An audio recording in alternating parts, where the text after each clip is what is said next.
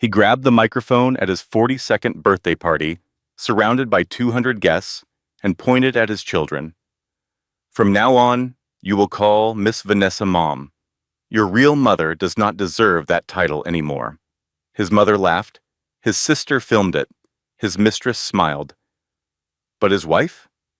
She just touched the gold locket around her neck and whispered one word into her hidden earpiece. Now.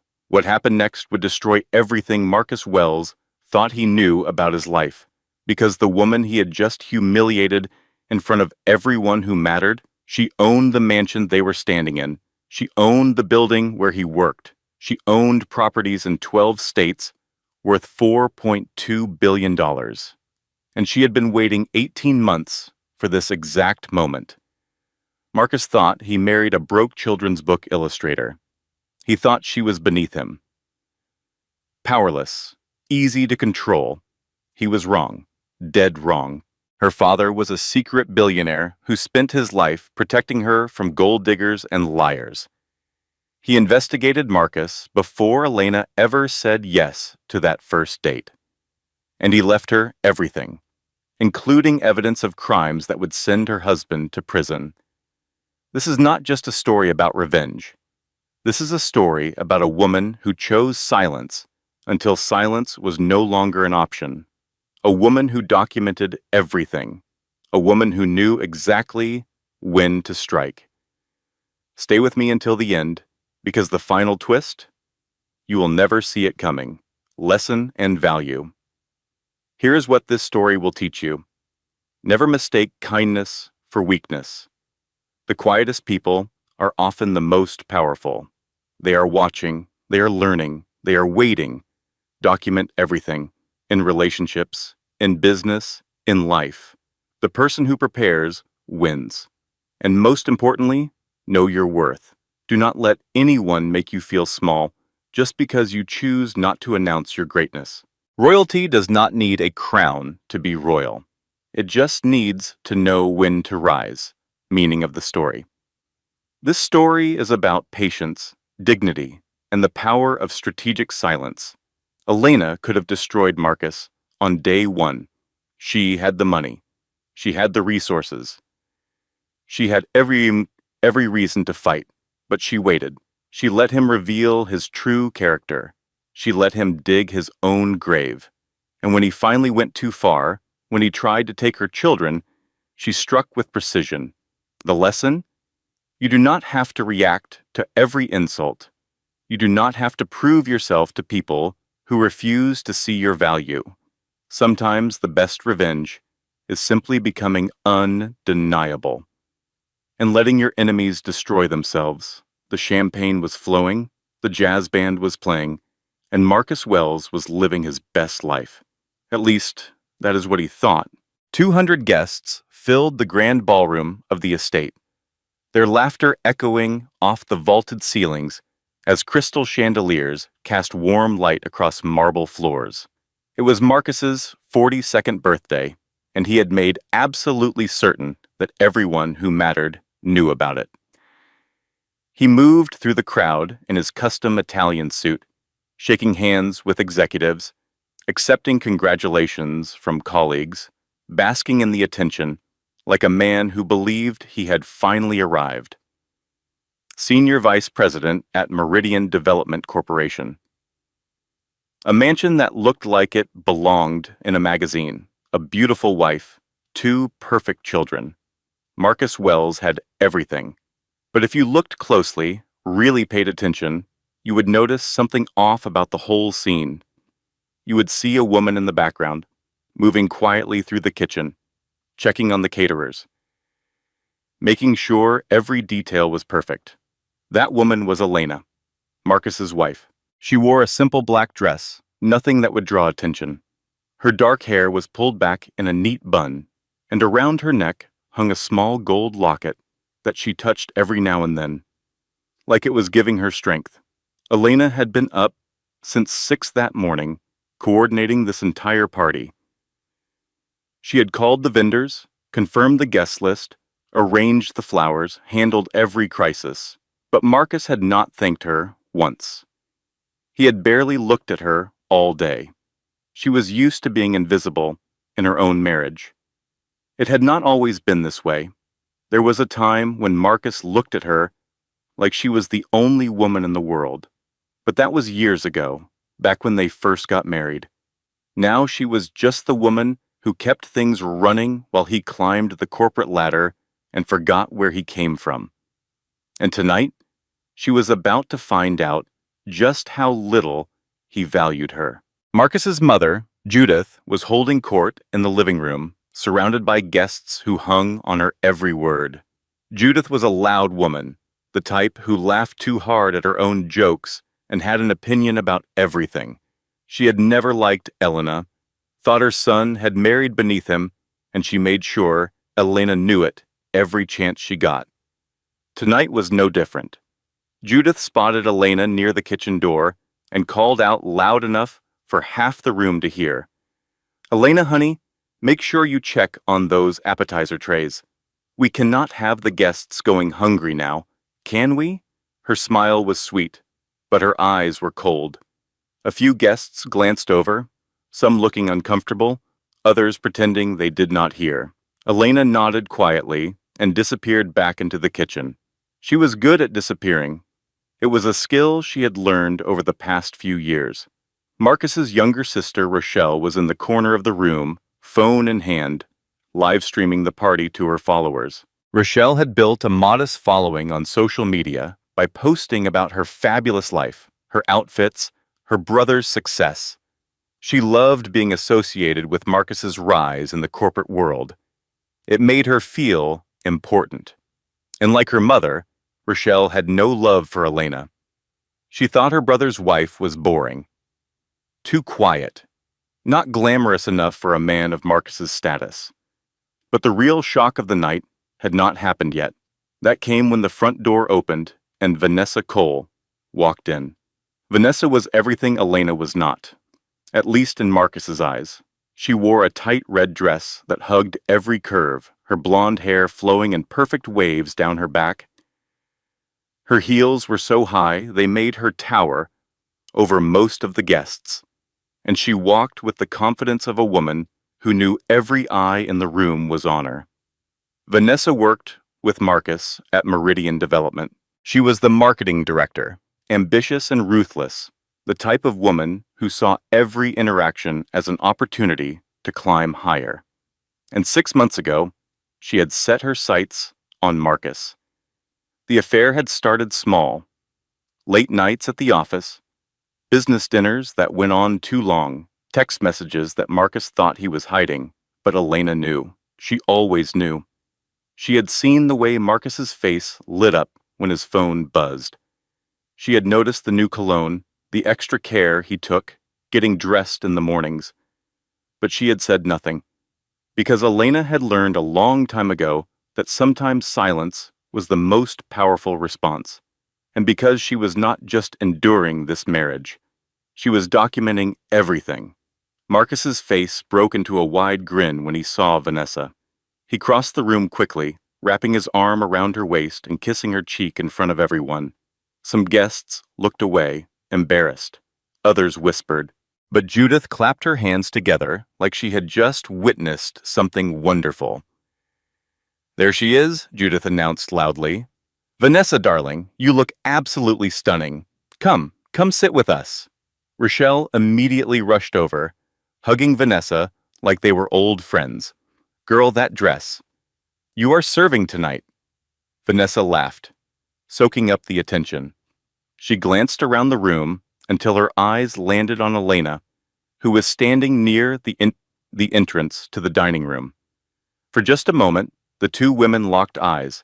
Elena's expression did not change. She just looked at Vanessa with a calmness that was almost unnerving. Then she turned and walked away. What nobody in that room knew, what Marcus and his mother and his sister and his mistress could not possibly imagine, was that Elena Marchand Wells was not the broke, unambitious housewife they believed her to be. She was the sole heir to a $4.2 billion fortune, and in exactly 47 minutes, Marcus Wells was going to lose everything. his job, his home, his family, his reputation. But right now, in this moment, he thought he was untouchable. He had no idea his wife owned the ground he was standing on. Literally. But to understand how we got here, we need to go back. Way back. 18 months earlier, to be exact. 18 months before that fateful birthday party, Elena sat in her cozy home office, carefully adding watercolor details to her latest illustration. Moonbeam Rabbit was about to go on another adventure, and Elena wanted every page to be perfect. This was her passion, creating children's books that sparked imagination, that made kids laugh and dream and believe in magic. She made about $45,000 a year from her illustrations. Not much by most standards, certainly not impressive to someone like Marcus. But it was hers, something she had built with her own talent. Her phone buzzed on the desk beside her. She glanced at the screen and smiled when she saw her best friend's name. "Girl, I saw Marcus's Instagram." Diane Lawson's voice came through sharp and concerned. Diane was a divorce attorney, one of the best in the city, and she had been Elena's closest friend since college. "He is at some rooftop bar with that marketing woman again. Third time this week." Elena continued painting, her brushstrokes steady and precise. "I know." There was a pause on the other end of the line. "You know? And you are just sitting there drawing bunnies?" Elena smiled slightly. "I am documenting. There is a difference." She set down her brush and opened a hidden folder on her computer. Inside were screenshots, photographs, receipts, credit card statements.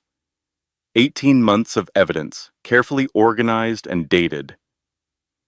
"You know what my mentor at the firm always says," Diane continued. "Document everything. Dates, times, screenshots. The spouse who prepares wins." "That is exactly what I'm doing," Diane sighed. "Elena, I still do not understand why you will not just end this. You have the money. You have the evidence. You could bury him tomorrow." Elena's hand moved to the gold locket around her neck. Inside was a photograph of her father, Victor Marchand, and a tiny USB drive that she had never used. "Because I made a promise to my father, to never let money define who loves me. I wanted to believe Marcus loved me for who I am. And now I need to know how far he will go."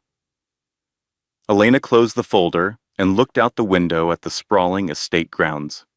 The rose garden her father had planted was in full bloom. The same roses he had tended himself when this was just his dream, before it became her reality. Victor Marchand had been a genius when it came to real estate. He started with nothing, just a high school diploma and a determination that bordered on obsession. He worked construction jobs during the day and studied property law at night.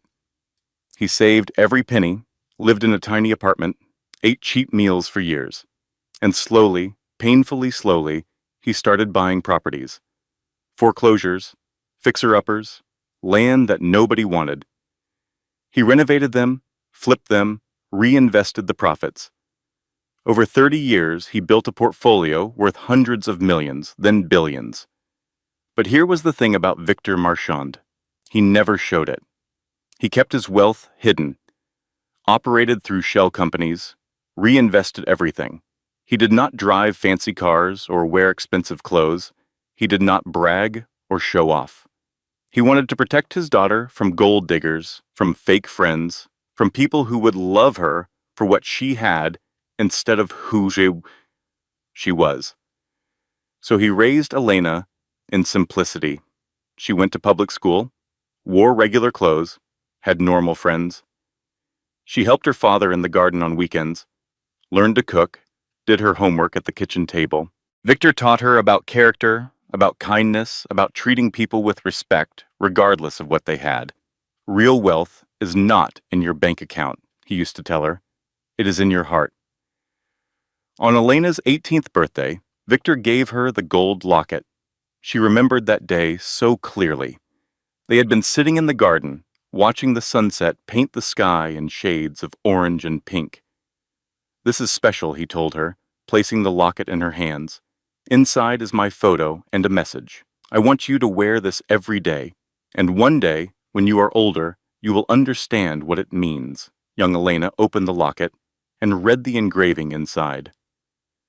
"Royalty does not announce itself. What does that mean, Daddy?"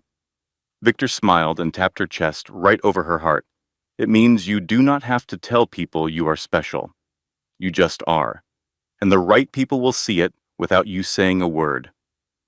Elena wore that locket every single day from that moment on. Through college, through graduate school, through every triumph and heartbreak, it became a part of her. Victor passed away suddenly when Elena was 22. She was in her final year at the prestigious Art Institute, pursuing her dream of becoming an illustrator.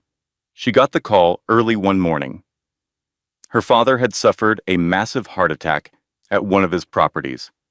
By the time she got to the hospital, he was gone. The funeral was small, just like Victor would have wanted, but Elena noticed something strange. There were men in expensive suits, people she had never seen before, business associates, lawyers, investors. After the service, one of them approached her. His name was Walter Harrison, and he introduced himself as her father's attorney. "Miss Marchand, we need to talk. Your father left some things for you." That was the day Elena learned the truth. Her father was not just a property manager. He was Victor Marchand, one of the wealthiest real estate developers in the country. He owned properties in 12 states, apartment complexes, commercial buildings, shopping centers, land. The estate was valued at $4.2 billion, and all of it, every single penny, belonged to Elena. Walter Harrison became Elena's trustee, managing the properties and investments while she processed her grief and figured out her path. And Elena made a decision that would shape the rest of her life. She decided to honor her father's wish. She would not tell anyone about the money. She would live simply, work hard, and let people love her for who she was, not what she had. That decision is what led her to Marcus 5 years later. She met him at a community fundraiser in Atlanta. Marcus was a mid-level manager at a development firm, ambitious, charming. He had this smile that lit up a room, this confidence that made you want to be around him.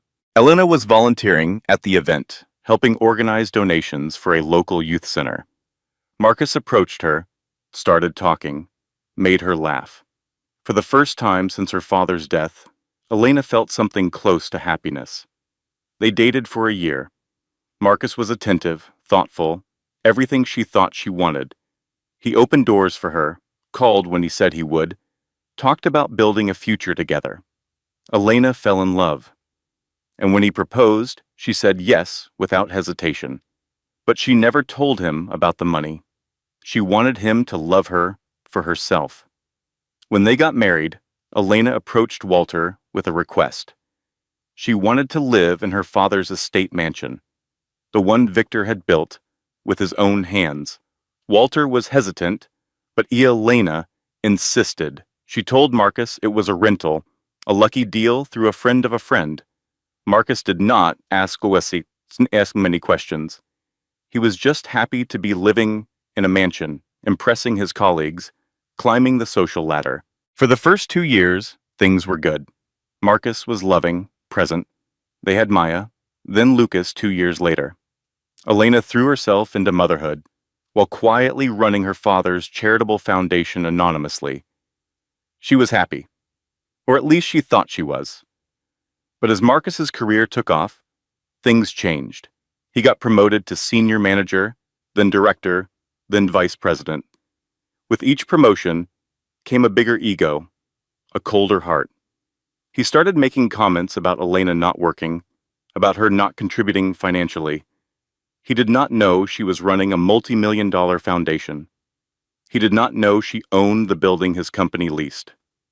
He did not know anything real about her, because he had never bothered to ask. The bank was quiet on that Tuesday morning. Elena had come in to transfer money for Maya's school trip. A simple task that should have taken 5 minutes.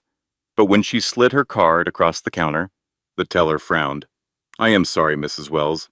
This card has been declined." Elena blinked. "That is impossible. Can you try again?" The teller tried twice more, then called over her manager. After several minutes of hushed conversation and computer clicking, the manager approached Elena with an apologetic expression.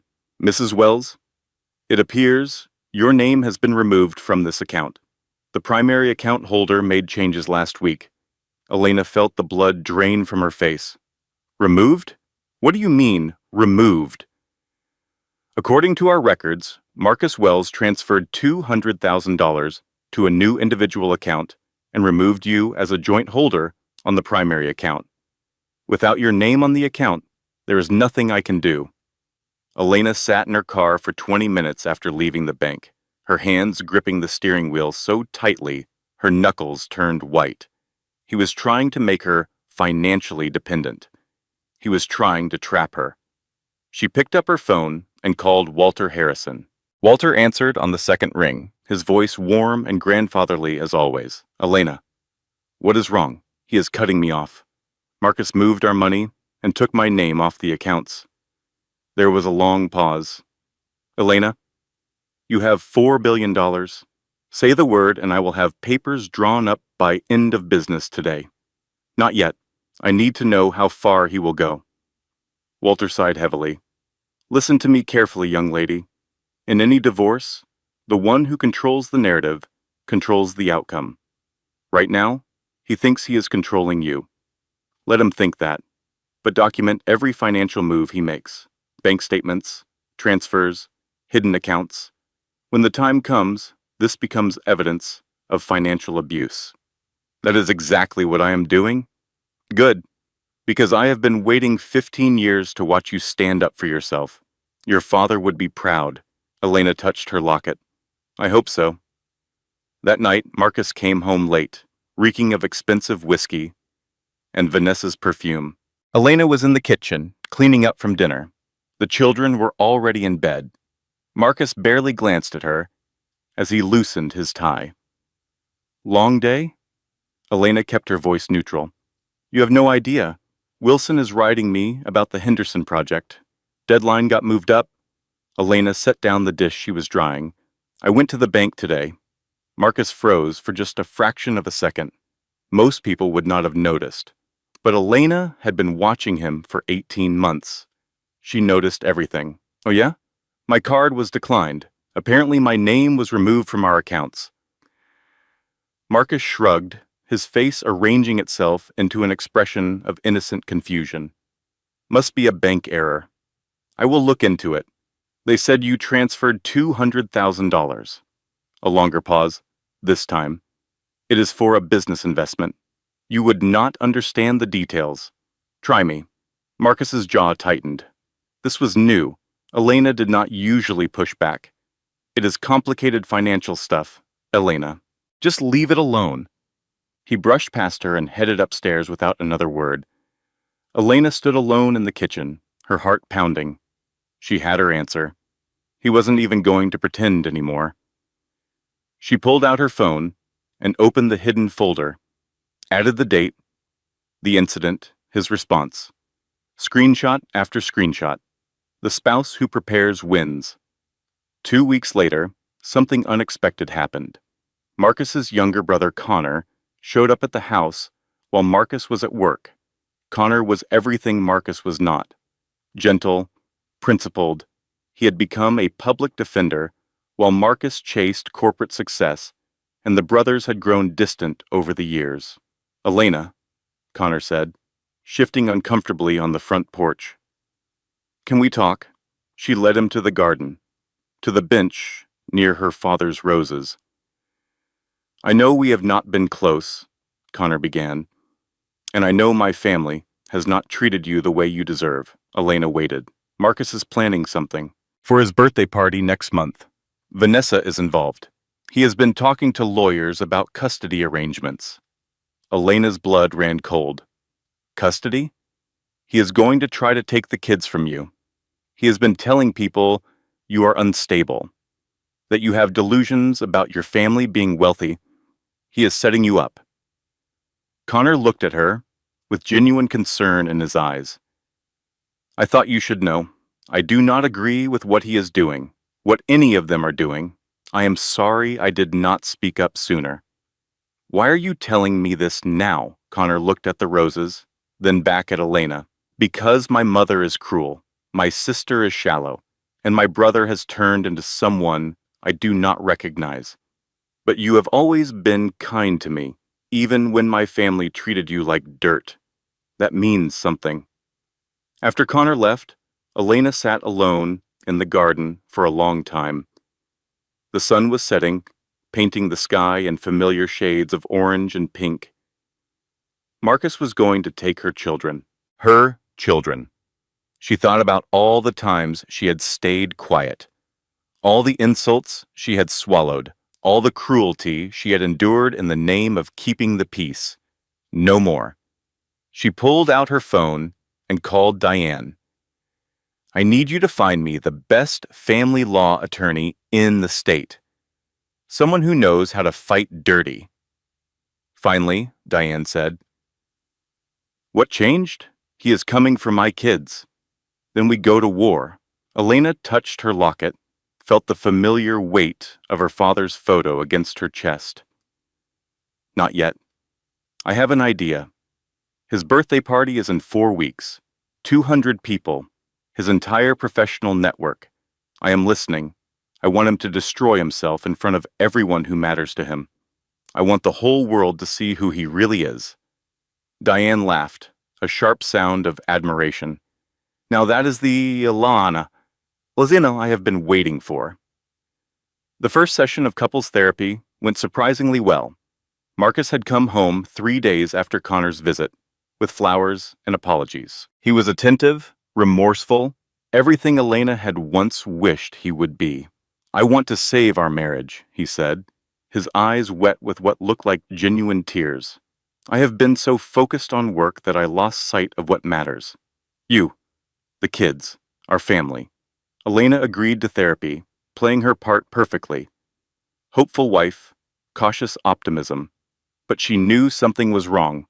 Marcus had never apologized for anything in his life. He did not admit mistakes.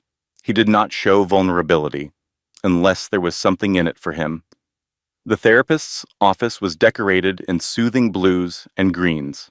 Dr. Patricia Coleman was a middle-aged woman with kind eyes and a gentle voice. The first session was all about communication, active listening, expressing needs without blame. Marcus performed beautifully. He took responsibility for working too much. He acknowledged that Elena felt neglected. He promised to do better. Elena watched him the whole time, looking for the crack in the mask. The second session started differently. Dr. Coleman's questions took an unexpected turn.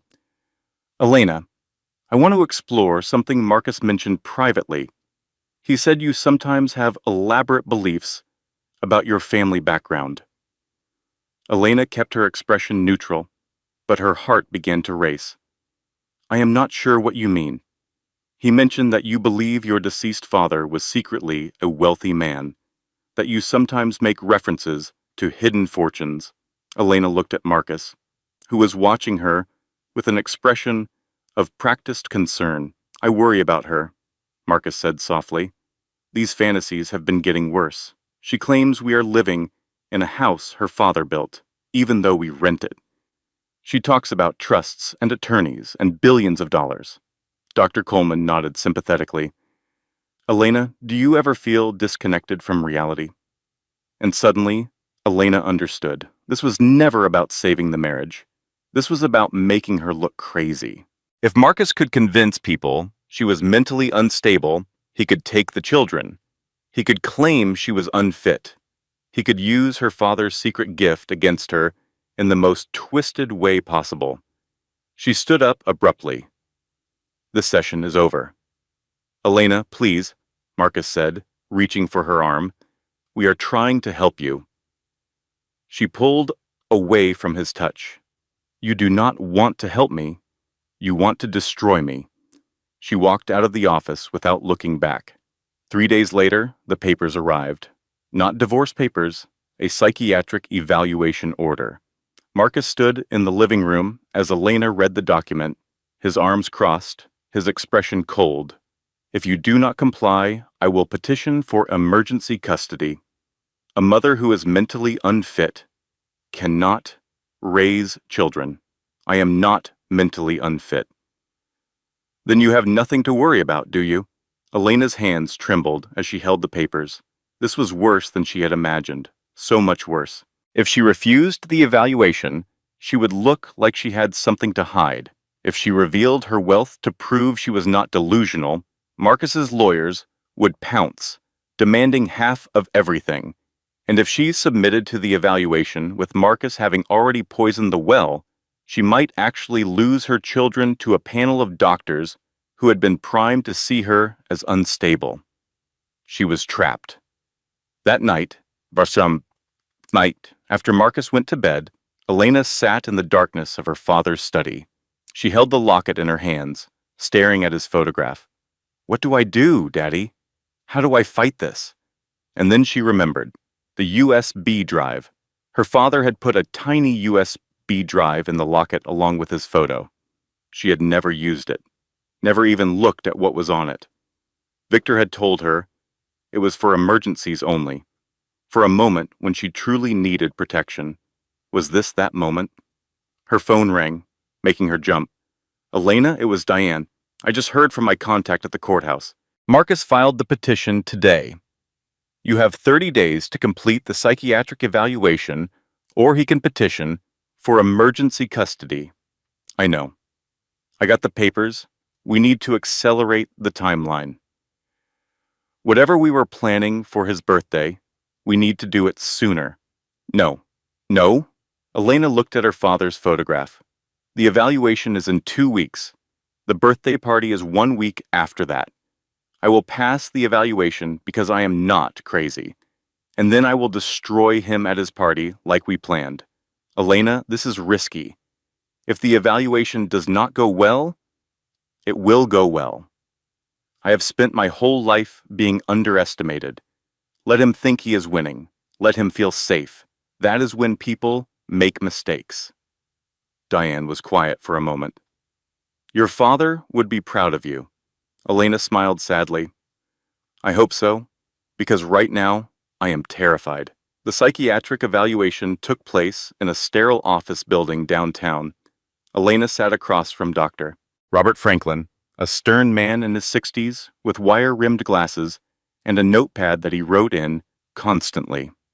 Mrs. Wells, your husband has expressed concerns about your mental state. He mentioned that you have persistent beliefs about your family being wealthy. Elena had rehearsed for this moment. I have never claimed that. He said you believe your deceased father was secretly a billionaire. Elena paused, considering her words carefully.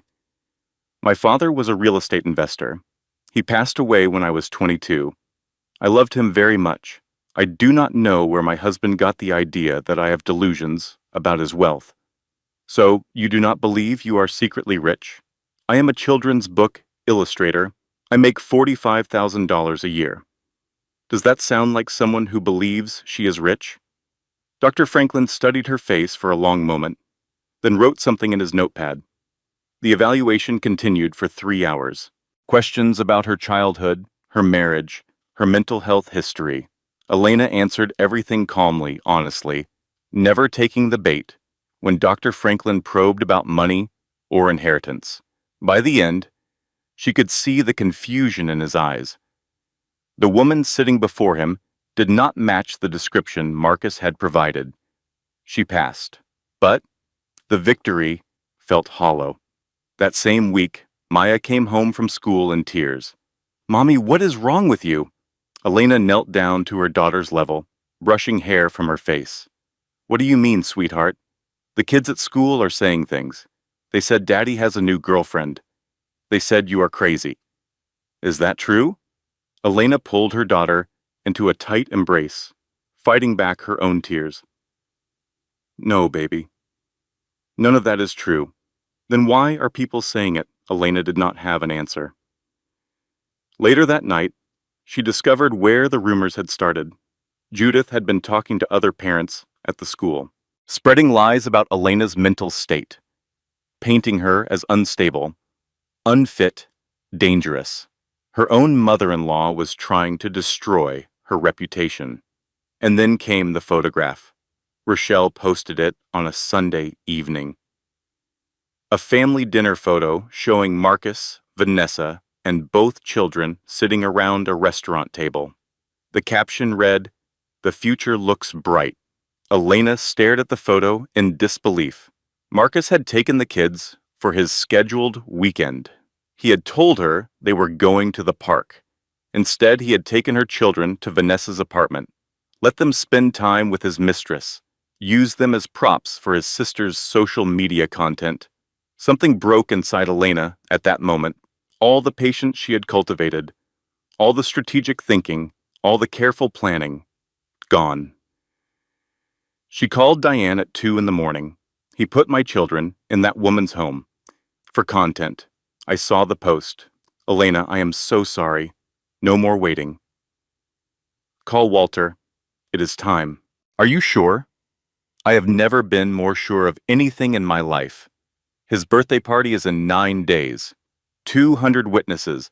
His entire professional network. What do you want to do? I want his mother there when she realizes she has been living in my father's property for 3 years. I want his sister filming when her brother's world collapses. I want every person who ever looked down on me to watch him fall. Diane was quiet for a moment. That is beautifully savage. I learned from the best. The next morning, Elena drove to Walter Harrison's office. He was waiting for her with coffee and a stack of documents, 3 inches thick. I have been preparing for this day for 15 years, Walter said, sliding the papers across his desk. Property deeds, trust documents, corporate filings, everything your father built is right here. Elena looked at the paperwork, at her father's signature on document after document. I need you to do something else for me. Name it. I need you to crash the birthday party. Walter Harrison actually smiled. It would be my absolute pleasure. For the next 9 days, Elena played her role flawlessly. She cooked Marcus's meals.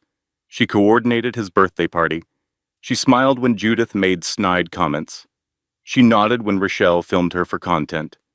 She was the perfect submissive wife, and behind the scenes, she was orchestrating his destruction. The strategy sessions happened at Diane's office, late at night, when Marcus thought Elena was asleep. We cannot just drop this at random, Walter explained during their final meeting. He will claim you fabricated everything. We need witnesses. We need it to be public and undeniable. 200 witnesses, Elena said. His bosses, his colleagues, his family, everyone who matters to him will be there. The timing has to be perfect, Diane added. We wait until he has done something unforgivable in front of everyone, something that makes him look like the villain he is. Then we strike. Elena nodded. He will give us something. He cannot help himself. He has to humiliate me. It is who he is. Walter spread out the documents on the table. Here is what we have. Property deeds for 47 properties across 12 states, including the estate where the party will be held. Corporate filings, showing you as the sole beneficiary of the Martian Trust. Bank statements proving you have been paying the property taxes on his mother's townhouse for 3 years without her knowledge. Elena looked at the numbers, still struggling to process them even after all these years. And the building where Meridian Development operates, owned by the Martian Trust since 2014. Your father bought it specifically because he knew Marcus worked there. Elena froze. What? Walter's expression softened. Your father did his research on every man who showed interest in you. He knew about Marcus before Yuba did. He was not impressed, but he respected your choice. So he bought the building as insurance. in case you ever needed leverage. Elena felt tears prick her eyes. He was protecting me. Even then, he never stopped protecting you. That is why he left you everything. Diane leaned forward. So, we are basically planning a heist, but with lawyers. Walter raised an eyebrow. I prefer to call it a strategic revelation. Heist sounds cooler. Elena laughed for the first time in weeks. What about after? Marcus will fight this. He will claim marital assets. Walter shook his head. The trust was established before your marriage. You have never commingled the funds. Every property, every investment, every dollar is protected. His lawyers can try, but they will lose. And the children? Given his behavior, the affair, the financial abuse, the custody manipulation, any judge in the country would side with you. Elena looked at her two best allies, the people who had stood by her through everything. Thank you, both of you. I could not do this alone. You are not alone, Diane said. You never were. The night before the party, Elena stood in her father's study one last time. She opened the locket and looked at his photograph. Tomorrow, she whispered. Tomorrow I stop hiding. She had spent her whole life honoring his wish, letting people love her for who she was instead of what she had. But she had learned something important in the past 18 months. Sometimes the people who claim to love you do not actually love you at all. Sometimes they love what they think you are. And when they find out the truth, their love evaporates like morning dew. Marcus had never loved her. He had loved the idea of her. The quiet wife, the supportive partner, the woman who would never outshine him. Well, tomorrow she was going to outshine everyone. The estate had never looked more beautiful. Elena had coordinated every detail. The flowers, the catering, the lighting, the jazz band. 200 guests filled the grand ballroom, glasses of champagne in hand, celebrating Marcus Wells on his 42nd birthday. Marcus moved through the crowd like a king, shaking hands, accepting congratulations, soaking up the admiration. He had no idea what was coming. Elena wore a simple black dress, elegant but understated. The gold locket hung at her throat, catching the light from the chandeliers. She had a hidden earpiece in her left ear, connected to Walter, who was waiting in his car in the driveway. We are in position, Walter's voice said. Just give the signal. Not yet. He has not done anything yet. Trust me, he will. The evening progressed. Dinner was served, speeches were made. Judith insulted Elena 3 times, each comment sharper than the last. Rochelle filmed everything, providing running commentary for her followers. And then Marcus took the microphone. Elena's heart began to pound. Thank you all for being here tonight, Marcus said, his voice carrying through the ballroom. 42 years old, and I finally know what I want. What I deserve. He gestured to someone near the back of the room. Vanessa stepped forward, gorgeous in her red dress, beaming with confidence. Several guests exchanged uncomfortable glances, but Marcus was not finished. Maya. Lucas. Come here, please. Elena's blood ran cold. Her children walked slowly toward their father, confusion written on their young faces. Marcus put a hand on each of their shoulders and looked out at the crowd. I want to introduce you all to the woman who is going to help me build the life I deserve. From now on, my children are going to call her Mom. Gasps rippled through the room. Your real mother, Marcus continued, glancing at Elena with barely disguised contempt, has done her best. But sometimes best is not good enough. Judith laughed loudly, clapping her hands. About time someone said it. Rochelle zoomed in on Elena's face, capturing every moment. Lucas started crying. Maya looked at her mother with desperate, pleading eyes, and something inside Elena snapped. Not with rage, not with despair, with clarity. She touched her earpiece. Now. 3 minutes later, the front doors opened. Walter Harrison walked in like he owned the place, which, technically, his client did.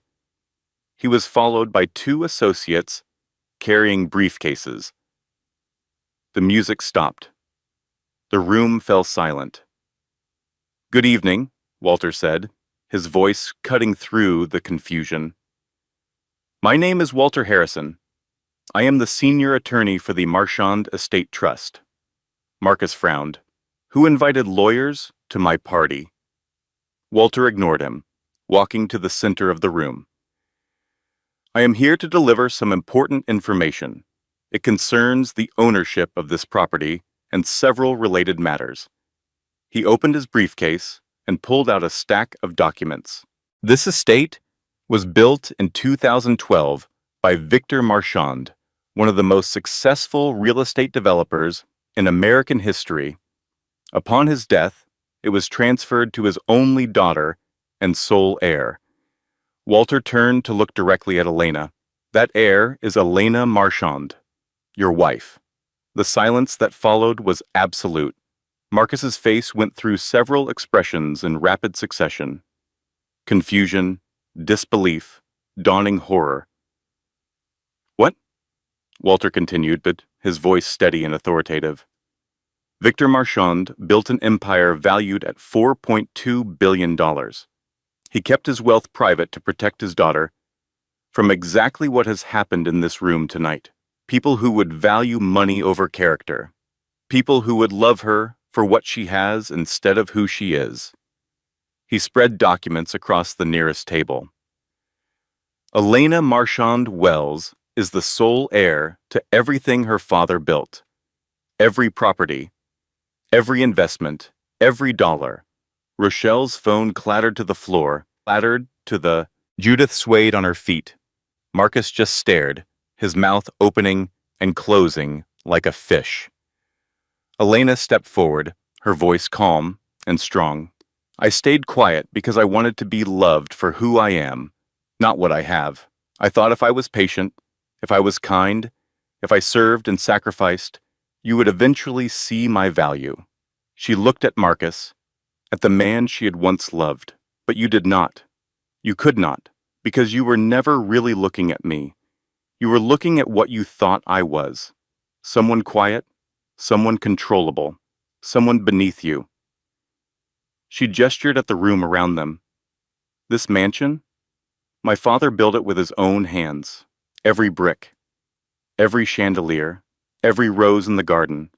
He poured his heart into this place, dreaming of the family that would fill these halls." Her voice hardened. "And you turned it into a mockery. You brought your mistress into my father's home. You humiliated me in front of my children. You tried to take my babies from me." She turned to Judith. "You called me worthless. You laughed when your son told our children to call another woman mom. You have been living in a townhouse I own for 3 years, eating food I paid for, while treating me like garbage." Judith's face went gray. Elena looked at Rochelle. "And you? You filmed my humiliation, posted it online for your followers, turned my pain into content." Finally, she faced Vanessa. "And you? You thought you won something. You thought you took my husband, my life, my family, but you were just a temporary distraction in a game you did not even know you were playing." Walter stepped forward again. "I have some additional documents to deliver." He handed Marcus a large envelope. "This is a 30-day eviction notice. You have 30 days to vacate this property." Marcus's knees buckled. "You cannot do this. She owns the property outright. She absolutely can." Walter handed another envelope to Judith. "Mrs. Wells, the townhouse you have been living in, rent-free, is also owned by the Marchand Trust. You also have 30 days to vacate." Judith collapsed into a chair, tears streaming down her face. Marcus looked around the room at all the shocked faces. His colleagues, his bosses, his family, everyone who had ever respected him was now staring at him with expressions ranging from disgust to pity. "This is not over," he said, his voice shaking with fury. "My lawyers will tear this apart. You cannot just spring this on me and expect me to walk away with nothing." Elena smiled. "Actually, I am counting on your lawyers." Marcus's lawyer arrived 20 minutes later. His name was Richard Thornton, a shark in a $3,000 suit. He had clearly been on standby, waiting for this exact scenario. "Under California community property law," Thornton announced, "any assets revealed during marriage are subject to division. My client is entitled to half of whatever Ms. Marchand possesses." Walter shook his head. "The assets are held in a trust established before the marriage. They are not marital property. But she benefited from them during the marriage. She paid for things. The trust dispersed funds. That creates a commingling argument." Marcus's smile returned, thin and vicious. "You think you won? I will tie this up in court for a decade. You will never be free of me." Elena felt her heart sink. He was right. Even with all her wealth, a legal battle could drag on for years. Marcus could petition for custody again and again. He could drain her resources with endless motions and appeals. She had won the battle, but the war was just beginning, and then she remembered. The USB drive. Her hand moved to the locket around her neck. "Walter," she said quietly, "I think it is time for Exhibit B." Walter's eyebrows rose. "Are you certain?" Elena nodded. She unclasped the locket, removed the tiny USB drive from behind her father's photograph, and handed it to Walter. Her father had told her this was for emergencies only. For a moment, when she truly needed protection. This was that moment. Walter plugged the drive into the room's presentation system. The screen flickered to life, and suddenly, everyone in the room was watching a video of Marcus Wells committing multiple felonies. The footage showed Marcus and a business partner in an office discussing a development project. Their conversation was damning. "The building has safety violations. If we report them, we lose 6 months and $2 million. So we do not report them." Exactly. Bury the inspection report. Bribe the inspector. Move forward with the Henderson project on schedule. But if something happens, nothing will happen. And if it does, we have fall guys. That is what junior staff is for. The room was dead silent. Elena watched Marcus's face drain of color. The Henderson project, the building that had partially collapsed last year, the accident that injured 3 construction workers. Marcus had known about the safety violations. He had covered them up.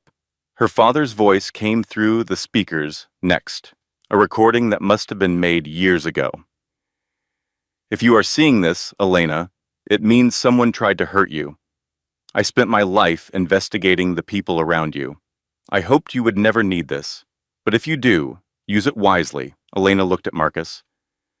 "My father built an empire by knowing people. He knew you before I did. He left me everything, including your secrets." Marcus stumbled backward. "That is inadmissible. You cannot use illegally obtained—" Walter cut him off. "It has already been forwarded to the district attorney's office, and to your company's board, and to 3 news outlets. You are finished, Mr. Wells. Not because your wife is rich, because you are a criminal." Marcus turned to run, but 2 security guards blocked his path. Someone had already called the police. The real revelation was not Elena's wealth. It was Marcus's crimes. And in that moment, watching her husband's world collapse around him, Elena felt something she had not experienced in years: peace. 6 months later, Marcus Wells stood trial for fraud, conspiracy, and reckless endangerment. The evidence was overwhelming. His own words, captured on video, condemned him. Former colleagues testified against him. Documents emerged showing a pattern of corruption that went back years. He was found guilty on all counts and sentenced to 5 years in federal prison. Vanessa Cole resigned from Meridian Development the day after the party.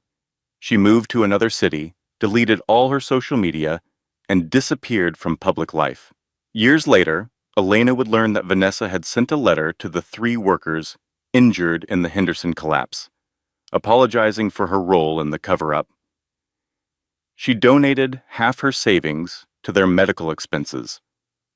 It did not make up for what happened, but it was something. Judith Wells moved in with a distant cousin in another state. Her pride was shattered. Her son was in prison. Her reputation was destroyed. She never spoke to Elena again. Elena did not mind. Rochelle's social media following turned on her overnight. The video of her filming Elena's humiliation went viral, but not in the way she had hoped. Brands dropped her. Sponsors disappeared. Comments flooded her posts with mockery and condemnation. She eventually deleted her accounts and took a job at a retail store. The influencer life was over. Connor Wells was the only family member who reached out. He came to the estate a month after the party, hat in hand, apology on his lips. "I should have done more," he said. "I should have spoken up sooner. I should have protected you from my family." Elena looked at the man who had tried, in his own small way, to warn her. "You did what you could.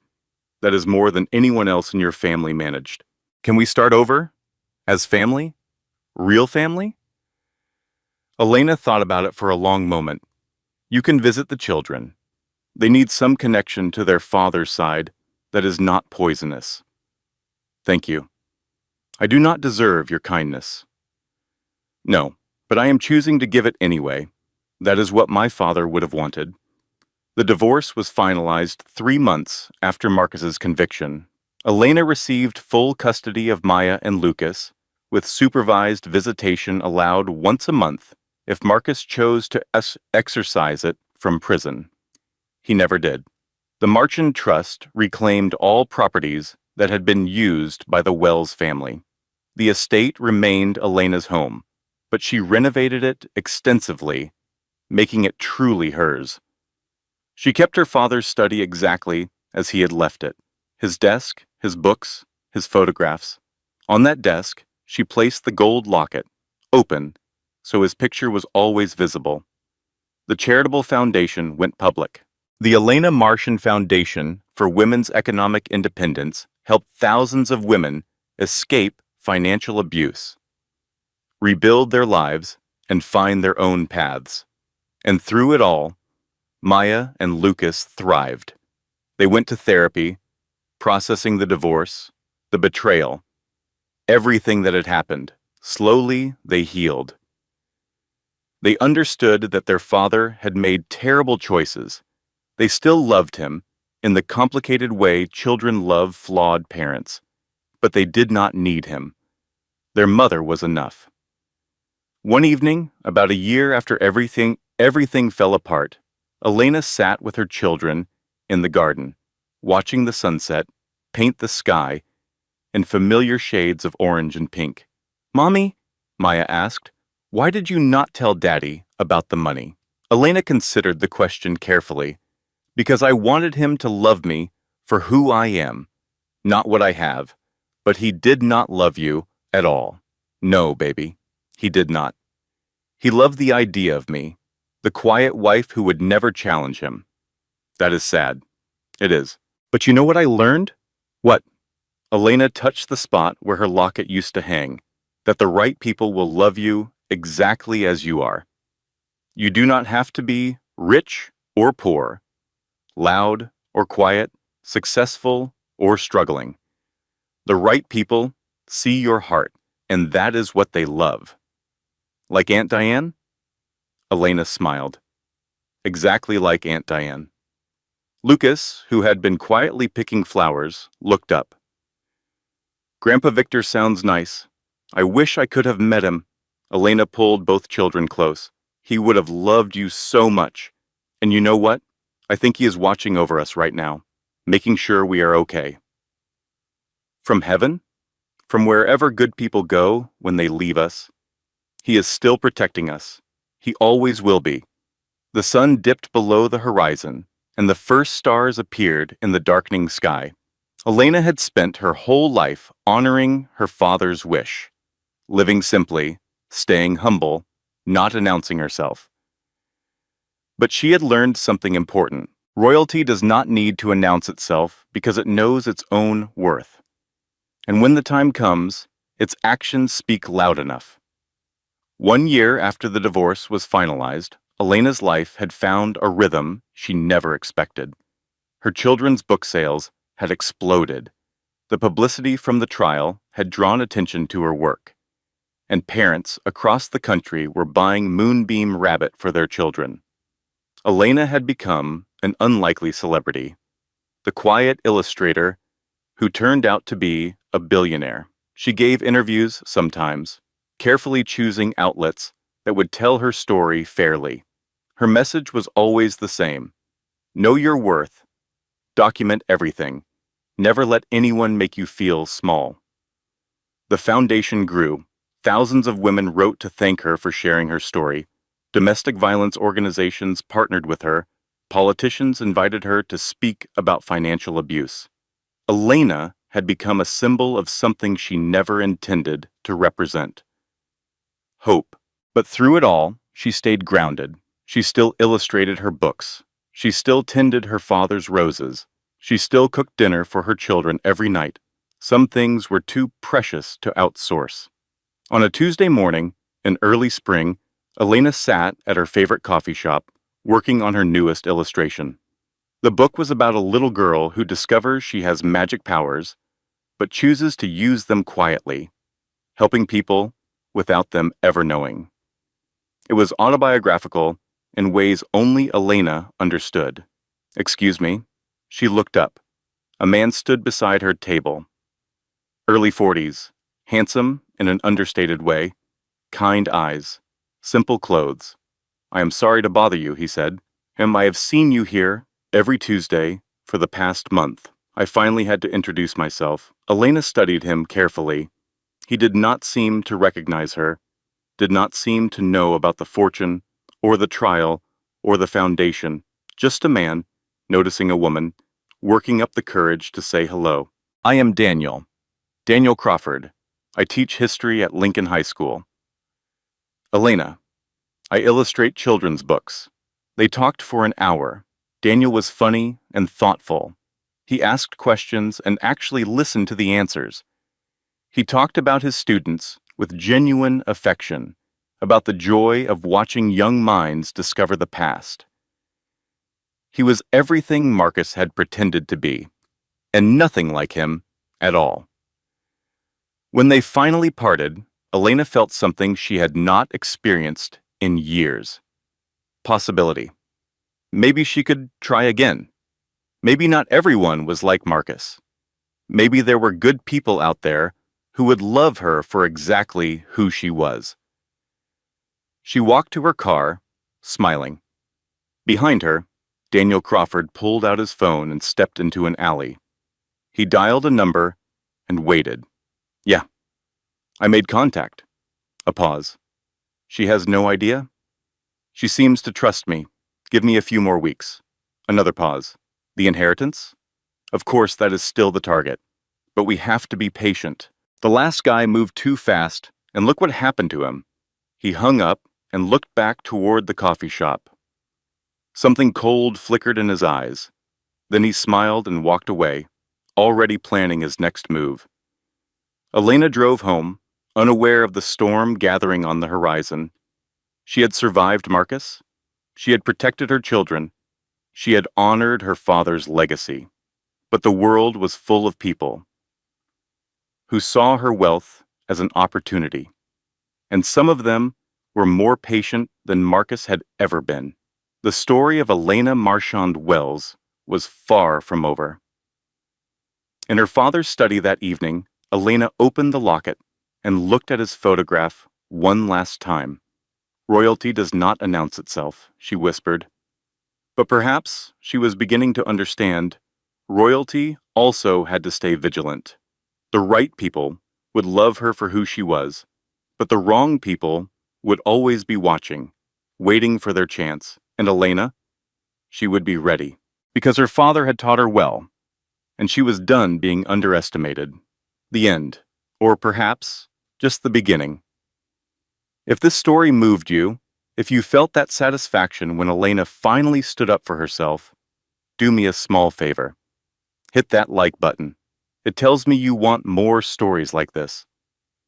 Drop a comment below. Tell me what you would have done in Elena's place. Would you have waited like she did? Or would you have revealed the truth sooner?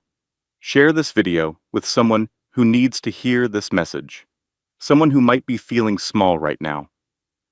Someone who needs to remember their worth. And if you have not already, subscribe to this channel and turn on notifications, because Elena's story is not over. Remember that man at the coffee shop, Daniel Crawford? He is not who he says he is, and that story, coming soon. Closing statement. This content was carefully researched, developed, and manually edited by our team to bring meaningful lessons and inspiration to our viewers. Every story we share is crafted with purpose, designed not just to entertain, but to empower. Thank you for being part of this community. Thank you for watching until the end. And remember, you are more powerful than you know. Until next time, stay blessed, stay strong, and never let anyone dim your light.